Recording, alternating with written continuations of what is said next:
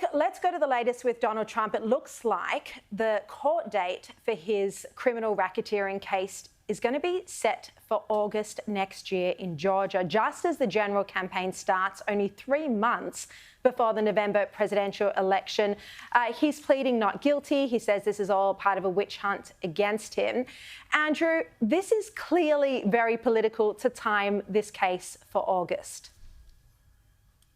Well, the great irony here, Sharri, is that this case has been brought against Trump for allegations of interfering and undermining the democratic and electoral process. But this case, in its very nature and its timing, undermines and interrupts the democratic process. So I think there are a lot of people out there thinking today that, oh, this will be a considerable interruption to Trump's campaign. I disagree. I think this will be Trump's campaign. We all know that he's going to become the Republican candidate here, but now he will get to stand on the steps of a courthouse every single day and rail against a complete erosion of the trust that ordinary Americans have in their political and judicial systems. I mean, this is Russia-type stuff, where the only difference is that Trump's not being marched out out of Siberia.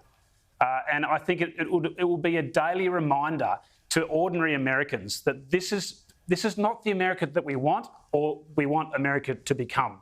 So it is a platform for him. He doesn't need to get on a plane to go to Des Moines, Iowa. He's got them in the bag already. But this just makes Donald Trump a martyr, and that is in his favour. Joe, it seems like no matter what the Democrats throw at him, how many criminal or civil cases, his popularity just goes up and up in the polls. It does at this point look like we're probably going to have another Trump president. Yeah, I think, and again, I think both a Biden presidency and a Trump presidency would be disastrous at this point in world history. We've seen what's obviously happening in Israel and Gaza. We've seen what's happening in the Ukraine. Then the US is basically all that is stopping the world from falling apart into terror and chaos. And we need a strong US with a strong leader, not an erratic US with an erratic leader, or a leader who doesn't know where he is or what day it is or what his first name is. So that's my first caveat.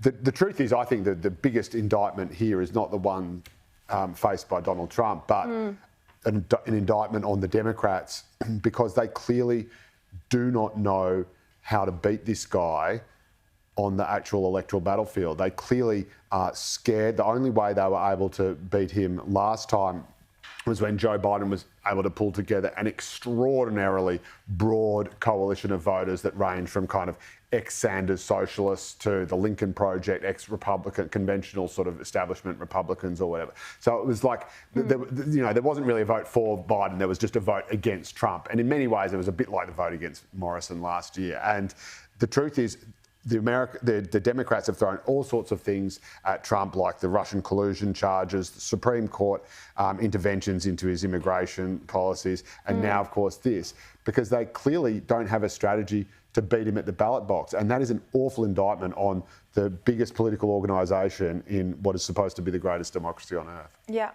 All right, let's turn to this topic on Elon Musk. I really never thought I'd be having a topic where I'm speaking about whether Elon Musk is an anti-Semite or not. He says he's not. He insists he's not. But people are questioning whether he is anti-Semitic after a string of tweets he sent on the platform he now owns last week. And major companies are now even pulling advertising from X after he retweeted a conspiracy theory that alleges Jewish people have been pushing the exact kind of dialectical hatred against whites that they claim to want people to stop using against them. I mean, it's just nutty stuff. And Elon Musk then replied to this person to say that he was speaking the actual truth.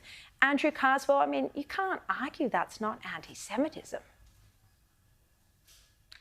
Yeah, it's rather bizarre, isn't it? And it just smacks of a bloke having one too many drinks and sending a few tweets or text messages that probably revealed a little too much of your character and your deep-held personal views. So we don't know if he's an anti-Semite, but there are genuine questions now that need to be asked here. And it underscores again that the biggest danger and risk to X or Twitter as a platform is Elon Musk himself.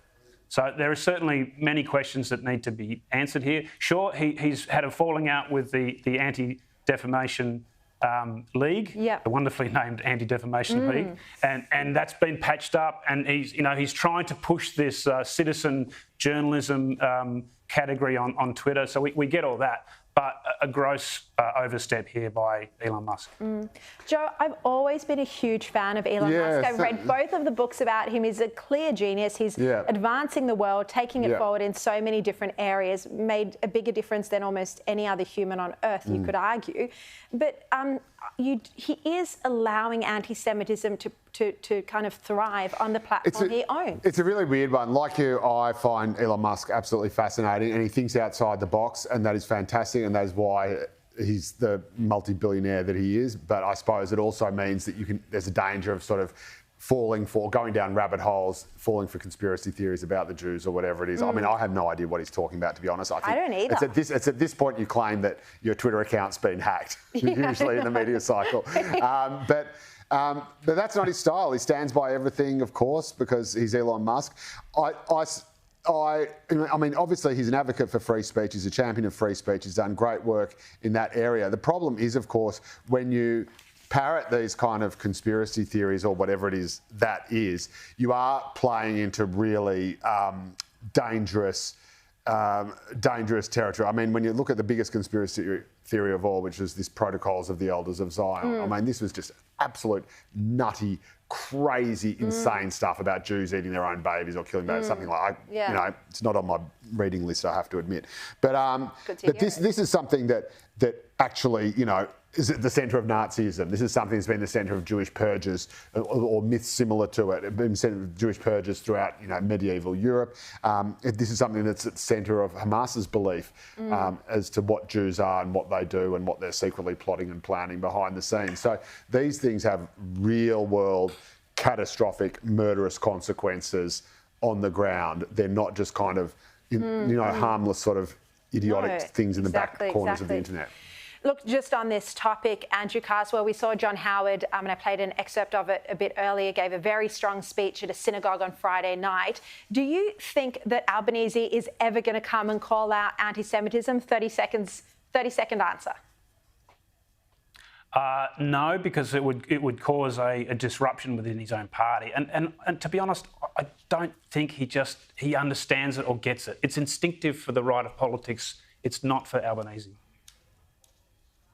Yeah. What do you think, Joe? Yeah, look, obviously the Labor Party is divided on this, and I think that's one of the uglier elements of particularly the left of the party. And but again, I think Albo thinks he has been strong, and I think for many people on the left, they think he's actually gone too far, which tells you how far they are down the other rabbit hole. Yeah, scary stuff. Joe Hildebrand, Andrew Carswell, thank you both so much.